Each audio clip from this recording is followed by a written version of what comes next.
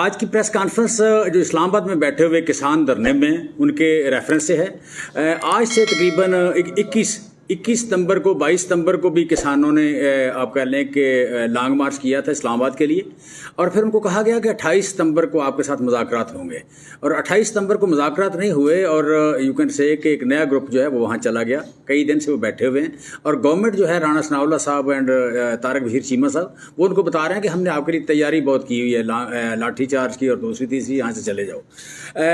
देखने वाली बात यह है कि क्या किसान किसी शौक से गए हुए हैं या वाकई कोई जेन्युइन मसला है।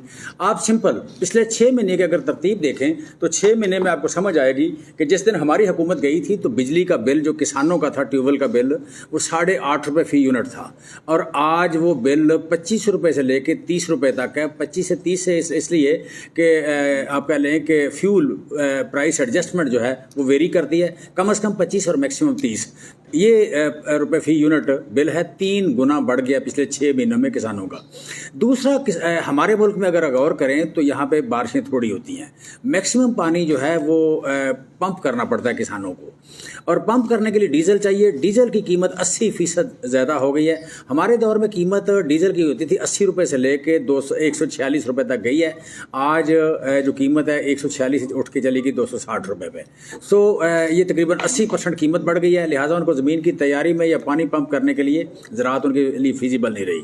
और तीसरी चीज़ जो हुई वो ये कि खादें महंगी हो गई। DAP जो मैक्सिमम 8,000 रुपये की होती थी आज 14,900 रुपये की है। इसी तरह पोटाश जो 4,000 रुपये की होती थी आज 15,000 रुपये में है।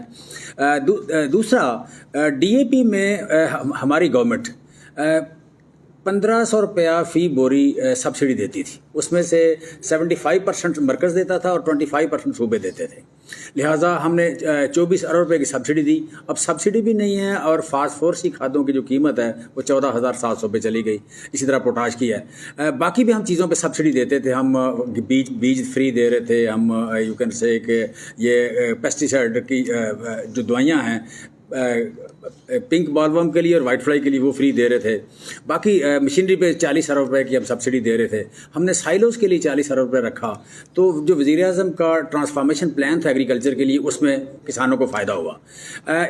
और फिर साथ हमने जो रेट दिए किसानों को वो फेयर रेट दिए। फेयर रेट देने से एक साल उनकी आमदन बढ़ी 1200 अरब रुपया, और अगले साल उनकी आमदन बढ़ी 1400 अरब रुपया। हमारा टारगेट ये था कि 2028 तक हम 10,000 अरब रुपये की इनकी इनकम बढ़ाएंगे, और उसमें बड़े ऑन टारगेट जा रहे थे। लेकिन आज जब आप कह लें उनकी खाद महंगी हो गई, उनके लिए डीजल महंगा हो गया, उनके लिए मशीनरी पे सब्सिडी ख़त्म हो गई, पेस्टिसाइड पे सब्सिडी ख़त्म हो गई, और उनके लिए यू कैन से कि ये खादें महंगी हो गई, उनके लिए ज़राअत फिजिबल नहीं रही। वो वहाँ बैठे हुए हैं कि जी हम लोग 83 लाख घराना हैं, हमने 22 करोड़ 75 लाख लोगों को खुराक देनी है। हम फिजिबल अगर नहीं रहते तो इस मुल्क के लिए इतने पैसे के पास इतने पैसे नहीं हैं कि ये खुराक को इंपोर्ट कर सके।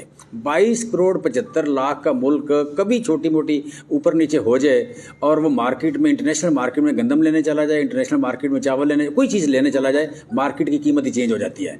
लिहाजा हम लोग बाहर से खुराक इंपोर्ट करके नहीं सर्वाइव कर सकते। ज़रूरत यह है कि यहाँ पे खुराक को उगाया जाए। खुराक तब उगाई जा सकती है कि अगर किसान प्रॉफिटेबल हो।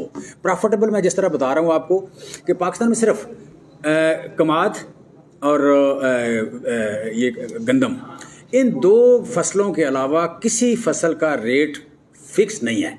हर चीज़ का रेट वेरी करता है। अब इन रेट जो हैं ये कुछ चीज़ों के नीचे जा रहे हैं, कुछ चीज़ों के रेट वही हैं, और उनकी कास्ट ऑफ प्रोडक्शन जो है वो दुगनी से ज़्यादा हो गई है। सो जो 1200 रुपया 1300 रुपया सालाना ज़्यादा कमा रहे थे या इम्प्रूव कर रहे थे, वो उससे रिवर्स चले गए।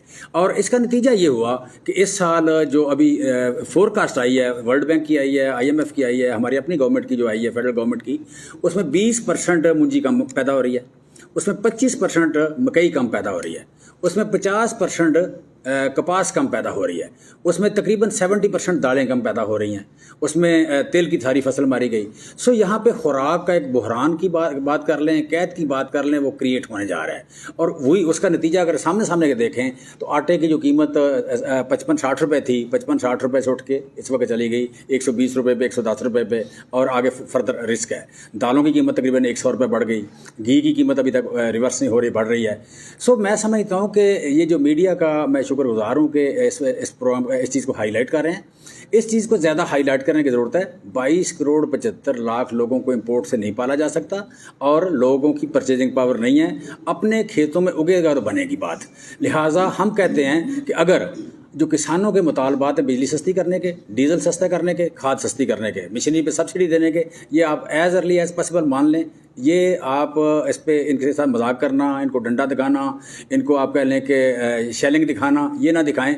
अदरवाइज़ अगर अगले 3 दिन में नहीं मानते तो पीटीआई का किसान विंग और बाकी जमातों के किसान विंग सारे जो हैं वो सारे के सारे हम लोग लेके इस्लामाबाद आएंगे। फिर उस वक्त तक नहीं उठेंगे जब तक गवर्नमेंट ये बात मानती नहीं है।